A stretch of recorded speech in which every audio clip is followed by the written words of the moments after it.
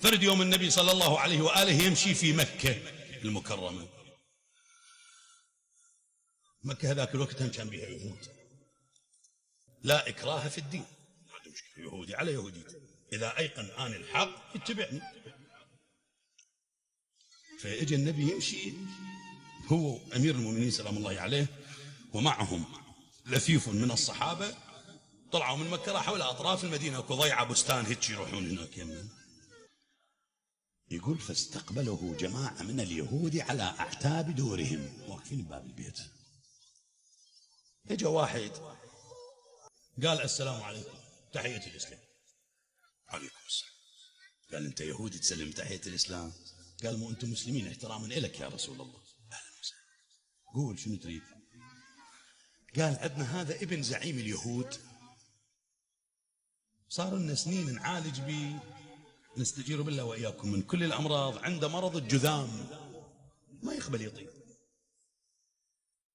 وإحنا سمعنا من عندك هواية تحكي عن علي بن أبي طالب، هواية تسولف عنه، تعطي فضائل تعطي نعوت وتنطي صفات، حتى أنك قلت يوما أنه منك بمنزلة الرأس من الجسد. قال نعم ابن عمي حبيبي علي بن أبي طالب. قال له هسه ما نقول لك أنت، احنا نريد نجرب دينك صح. ألعلي شأن عند الله؟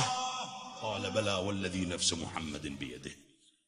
طبعا إلى شأن علي بن أبي طالب، إلى خاطر كبير عند الله. قال اي والله حق اللي روحي بيده، هيك كلام رسول الله، والذي نفس محمد بيده إلى شأن كبير عند الله. قال له راح نطلع له هذا ابن زعيمنا، وراح يوقف خلي علي بن أبي طالب يدعو له، إذا طاب احنا كلنا دخلنا الإسلام. بعد صار من يوصل الحكي يم المصلحة العليا اللي هي دين الله، من يوصل الحكي يم الدين لا بعد تشرب الأعناق وتهدأ الأنفاس. تفضل. قال جيب. أمير المؤمنين واقف، النبي صلى الله عليه وآله قال يا علي، قال بلى يا رسول الله. قال له ادعو لي ابن زعيمهم.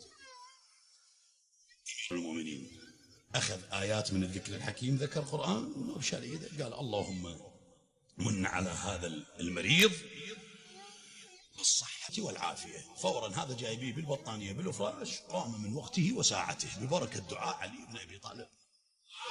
اللهم صل عليه.